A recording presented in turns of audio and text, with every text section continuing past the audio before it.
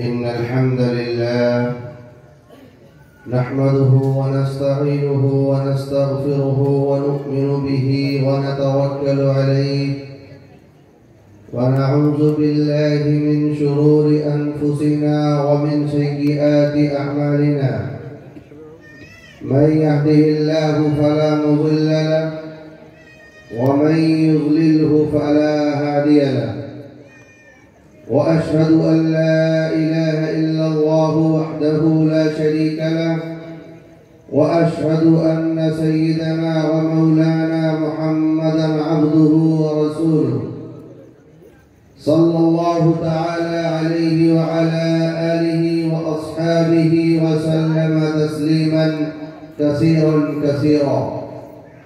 أما بعد فقد قال الله تبارك وتعالى: أعوذ بالله من الشيطان الرجيم. بسم الله الرحمن الرحيم.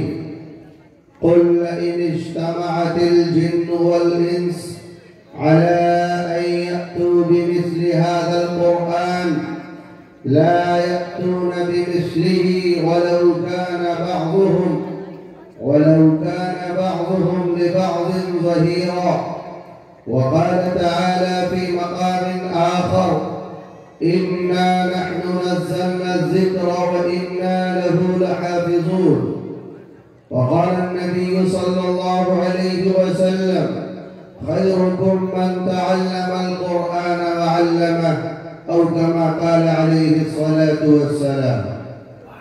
اسٹیج پر تشریف فرما معزز علماء کرام، ذمہ داران مدرسہ، حفاظ نظام، عزیز طلبہ اور سامعین ذی وقار، آج ہم اور آپ جس مناسبت سے جمع ہوئے ہیں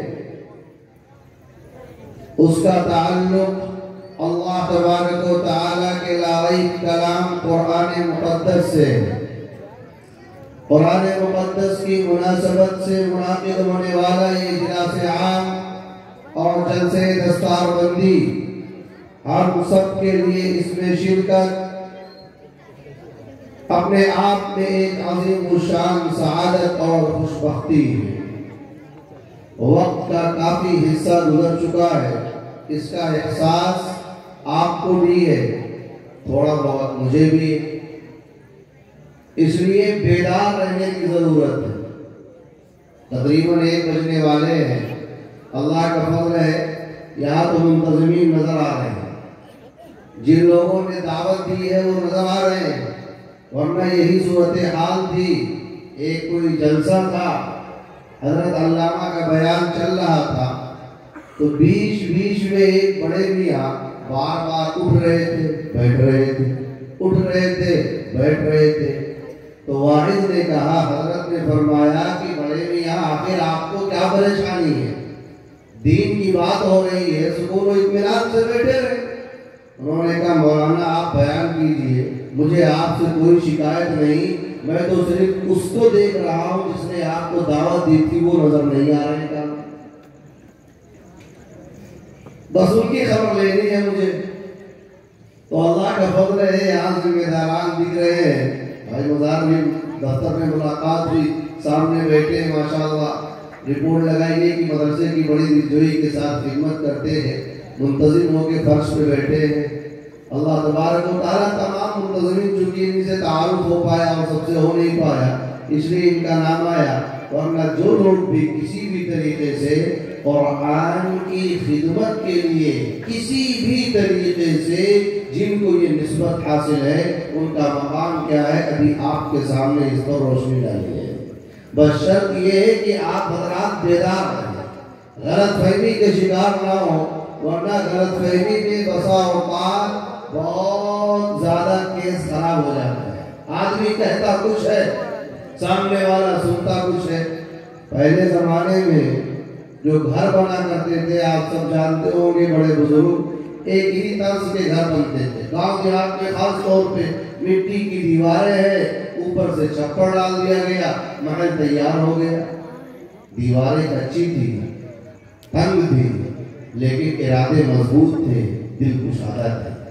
بہرحال ایسے ہی کسی مکان میں رہنے والے ایک کسان کے یہاں کچھ لوگوں کی دعوت دی.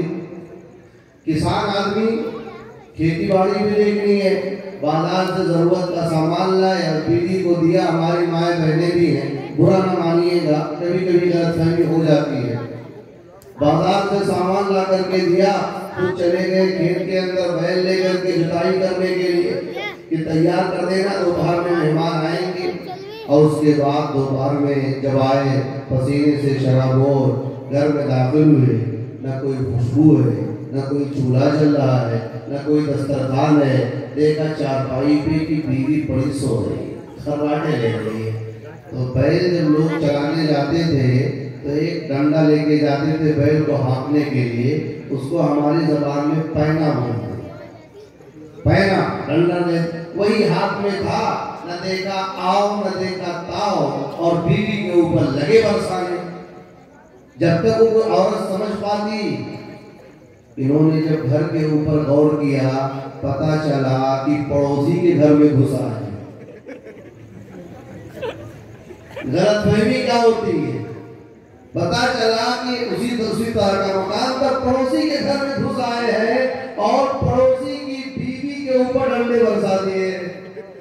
اب تو ان کی حالت خراب, اس لیے کسی کی بیوی کے اوپر ڈنڈے اٹھا دینا آسان کوئی کام تو تھا نہیں, جو بہت خطرناک تھا. ہانپتے کانپتے وہاں سے گھر آئے تو گھر دیکھ کر بیوی دسترخوان سجائے, خوبصورت اور انواع و اقسام کے کھانے لگائے ہوئے انتظار کر رہی ہے. مہمان بھی آ گئے, سب لوگ دسترخوان پر بیٹھے کھا رہے ایک دم سے, اور میزبان کے منہ سے لقمہ اتر ہی نہیں رہا. گلے سے اترے تو کیسے اترے؟ ٹینشن یہ ہے کہ اگر پڑوسی آیا اور آنے کے بعد اس کی بیوی نے اس کو ساری ضرورت دی تو اس کے بعد میرا کیا حشر ہوگا, پورے گاؤں میں بدنامی ہوگی. اس لیے مارے ڈر کے دن بھر نکلے ہی نہیں گھر سے. نہ رہے گا باز, نہ بجے گی بانسری, نہ ہوگا آمنا سامنا اور نہ ہوگا جھگڑا. رات گزر گئی, مرد آدمی گھر میں کب تک رہیں گے؟ مارے شرم و حیا کے صبح ڈرتے ڈرتے نکلے, پڑوسی سے آمنا سامنا ہوا. ڈرے ہوئے سہمے ہوئے کنکھیوں سے آنکھ دبا کر نکل گئے. سلام کیا, پڑوسی نے جواب دیا وعلیکم السلام ورحمۃ اللہ. اب ان کو بڑی حیرانی ہوئی کہ کتنا بے غیرت پڑوسی ہے, اس کی بیوی کو مار کے آ رہا ہوں اور یہ حساس بشاس خوش و خرم کچھ بول ہی نہیں رہا. ایک دن ہو گیا, 2 دن ہو گیا, ہو سکتا ہے بیوی نے بتایا نہ ہو.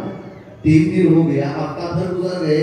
اندر سے یہ بے چین ہے, اس لیے کہ جب کوئی جرم کیے رہو اور اس جرم کے بارے میں یہ پتا ہو کہ کسی کو پتا ہے, لیکن جس کو پتا ہے وہ ذمہ دار ہے اور ابھی تک اس نے سزا نہیں دی ہے, تو اندر اندر عجیب بے چینی رہتی ہے, پتہ نہیں کیا سزا دیں گے.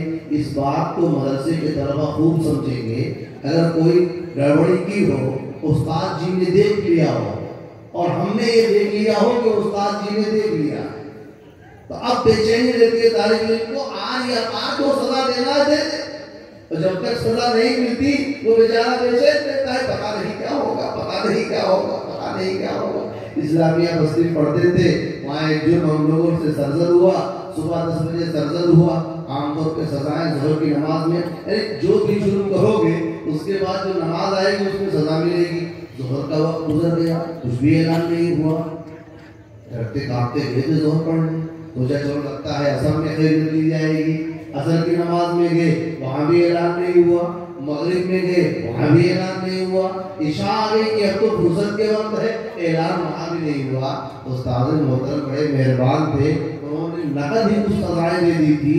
ہم لوگوں کو لگا شاید یہی کی سزا ہے, اور اللہ کا فضل وہی سزا رہی. سرے بزم رسوا نہیں کیے گئے ہم. باہر کیفیت تھی اس پڑوسی کی کہ پتہ نہیں کیا ہوگا. رہا نہیں گئے اس بیچارے سے. ایک دن صبح گیا پڑوسی کے دروازے پہ, شرم کے ساتھ نگاہیں جھکی ہوئی, گردن جھکی ہوئی. کہا بھائی صاحب معافی چاہتا ہوں, غلطی ہو گئی, معاف کر دیجیے. وہ کہہ رہا معافی کس بات کی, کون سی غلطی کی آپ نے بھائی, جرم کیا ہے آپ کا؟ اس نے کہا معاملہ یہ ہے کہ غلط فہمی میں 1 ہفتہ پہلے آپ کی بیوی چادر تانے سوئی ہوئی تھی اور میں نے اس کے اوپر لاٹھی چلا دی تھی. اب اس کا ماتھا ٹھنکا, کہا اچھا یہ بات ہے. اب دیکھو ایک غلطی کر چکے ہو, غلطی کے اوپر دوسری غلطی مت کرنا. میں خود ہفتہ بھر سے پریشان ہوں کہ میری نالائق بیوی کو ہو کیا گیا ہے. وقت پہ کھانا گرما گرم مل رہا ہے, چائے گرما گرم مل رہی ہے, ناشتہ گرما گرم مل رہا ہے, ساری فرمانبرداری ایک دم سے چل رہی ہے. آج جا کر کے راز کھلا کہ یہ تمہارے ڈنڈے کا اثر تھا. اب دوبارہ اس کو ظاہر مت ہونے دینا. ہاں مہینہ دو مہینہ میں اس غلطی کو دوہرا دیا کرنا. تو یہ ہوتی ہے غلط فہمی. اب آپ حضرات ہو گئے بیدار, اس لیے بیدار کیا ہوں تاکہ قرآن کی عظمت کو دل کے کانوں سے سنے اور اس کی عظمت کو اپنے دل میں بٹھائے. میں نے چونکہ وقت بہت زیادہ نہیں ہے, میں انشاءاللہ آدھا گھنٹہ لوں گا, اس سے زیادہ نہیں, اس لیے کہ مجھے بھی اعظم گڑھ تک کا سفر کرنا ہے. اور ہمارے اپنے مدرسے جامعہ شیخ الہند میں 13 نومبر کو جلسے دستار بندی ہے. دارالعلوم دیوبند کے معزز اساتذہ کرام اور وہاں کے نائب محترم حضرت مولانا مفتی محمد راشد صاحب عالم دامت برکاتہ ہمارے, اور ان کو ریسیو کرنے کے لیے مجھے لکھنؤ تک کا سفر کرنا ہے اور ان کو لے کے آنا ہے. اس لیے آپ بالکل بے فکر رہیے, یہ 2 بجے تک پروگرام لے جانے کا میرا بالکل ارادہ نہیں ہے. لیکن عظمت قرآن کے حوالے سے میں انشاءاللہ 15-20 منٹ آپ کے سامنے گفتگو ضرور کرنا چاہوں گا تاکہ قرآن کا مقام کیا ہے, اس کی حیثیت کیا ہے, اس کی فضیلت کیا ہے, حافظ قرآن کا مقام کیا ہے, حفاظت قرآن کیا ہے, قرآن کہتے کسے ہیں, یہ حقیقت ہمارے سامنے واضح ہو سکے. میں نے آپ کے سامنے قرآن مقدس کی 2 آیتیں الگ الگ مقامات سے تلاوت کی ہیں. پہلی آیت میں اللہ تبارک و تعالیٰ نے قرآن کی عظمت کو بیان کرتے ہوئے کفار مکہ کے اس سوال کا جواب دیا جب قرآن نازل ہو رہا تھا جبرائیل امین کے واسطے سے آقا صلی اللہ علیہ وسلم کے قلب اطہر پر مبارک دل کے اوپر قرآن کریم کا نزول ہو رہا ہے. اللہ کے نبی صلی اللہ علیہ وسلم قرآن کی ان آیتوں کو لوگوں کے سامنے پیش کر رہے ہیں. صحابہ رسول ہیں, نبی سے قرآن سیکھ کر کے قرآن کو اپنے سینوں میں محفوظ کر رہے ہیں, اپنے قلوب کو قرآنی آیات سے منور کر رہے ہیں. صحابہ کرام کے دلوں میں قرآن اتر رہا ہے. اتنے میں کفار مکہ کے درمیان سے آواز آتی ہے کہ اے لوگوں, یہ جو محمد رسول اللہ کا دعویٰ ہے کہ یہ اللہ کا کلام ہے, یہ جو محمد کہتے ہیں قرآن اللہ نے نازل کیا ہے, یہ جو محمد کہتے ہیں قرآن اللہ کا پیغام ہے, یہ جھوٹ ہے, یہ فریب ہے, یہ دیوانگی ہے, یہ جنون ہے, یہ پاگل پن ہے, یہ جادوگری ہے. لو نشاء لقلنا مثل هذا, اگر ہم بھی چاہیں گے تو ہم قرآن جیسا کلام لوگوں کے سامنے لا کر پیش کر دیں گے. قرآن کو پیش کرنا کوئی بڑی بات نہیں ہے, یہ انسان کا بنایا ہوا کلام ہے, یہ محمد رسول اللہ کا اپنا بنایا ہوا کلام ہے.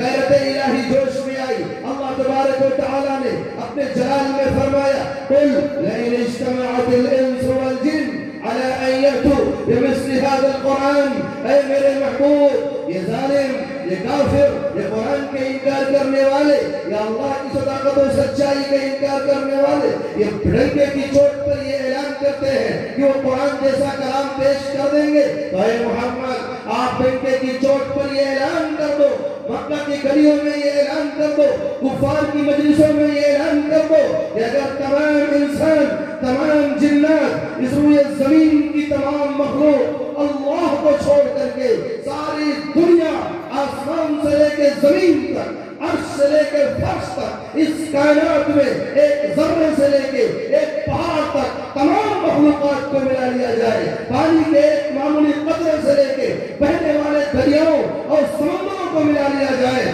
قرآن جیسا کلام پیش کرنے کے لیے اللہ نے کلام الہی میں کہا لئن اجتمعت الانس والجن على ان يأتوا بمثل هذا القرآن لا يأتون بمثله ولو كان بعضهم لبعض ظهيرا.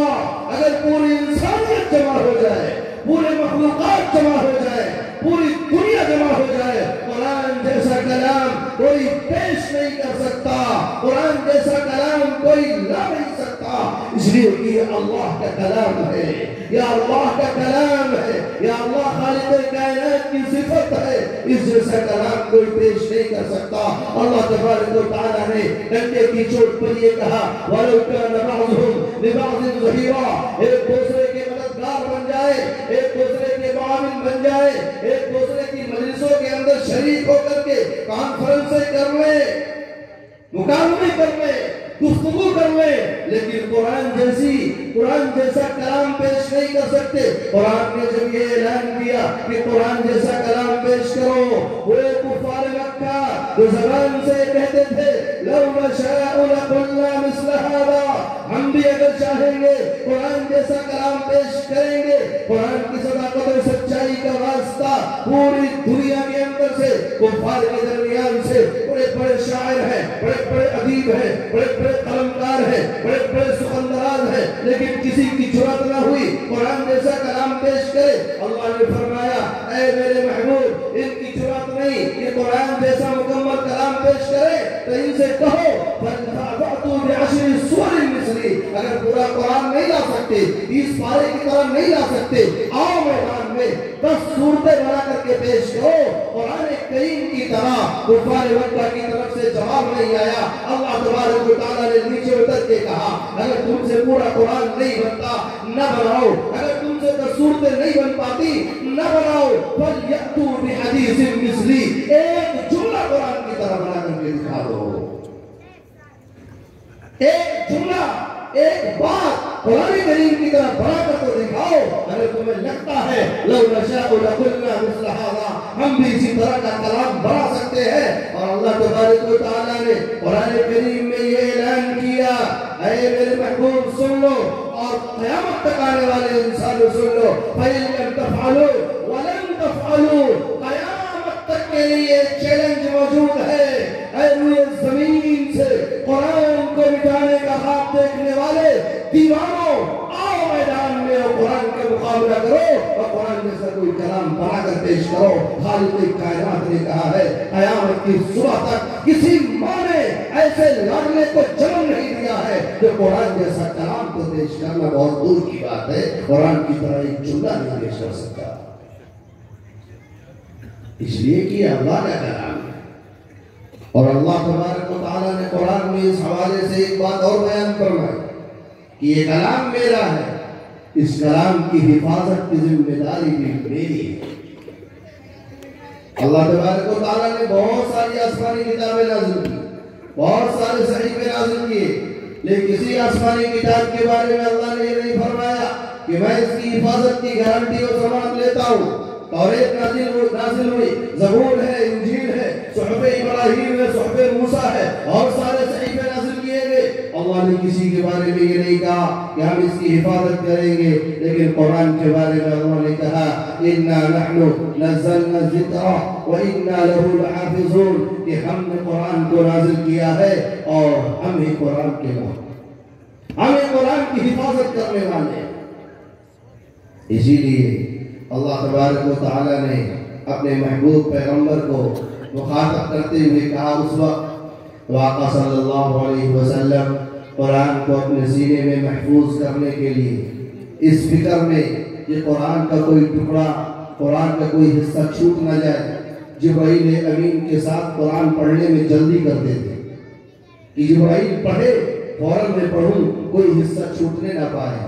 اللہ نے کیا شاندار بات فرمائی، اللہ نے فرمایا میرے محبوب قرآن نازل کرنا میری ذمہ داری، قرآن پڑھانا میری ذمہ داری، قرآن کی حفاظت کرنا میری ذمہ داری۔ آپ پریشان مت ہو، لا تحرک به لسانک لتعجل به، آپ اپنی زبان کو حرکت مت دی جلدی جلدی پڑھنے کے لیے۔ ان علینا جمعہ وقرآنہ، بے شک قرآن کو جمع کرنا، قرآن کی حفاظت کرنا، قرآن کو اکٹھا کرنا، قرآن کو محفوظ کرنا، قرآن کو پڑھانا، یہ ہماری ذمہ داری ہے۔ اللہ تبارک و تعالیٰ نے قرآن کی حفاظت کی ذمہ داری خود لی، اسی لیے جبرائیل امین کے واسطے سے حضرت اطہار صلی اللہ علیہ وسلم کے اوپر قرآن نازل ہوا، قرآن ادھر نازل ہوتا رہا۔ اللہ کے نبی صلی اللہ علیہ وسلم صحابہ کے درمیان قرآن لے کر جاتے رہے، قرآن نازل ہوتا رہا، قرآن نبی کے دل میں اترتا رہا، نبی کے واسطے سے صحابہ کے دلوں میں اترتا رہا، صحابہ کرام کے واسطے سے تابعین کے سینوں میں قرآن گیا، تابعین کے سینوں میں قرآن گیا، تابعین کے واسطے سے تابعین کے سینوں میں قرآن گیا، پھر تو بعد بہاری آ گئی، تابعین صحابہ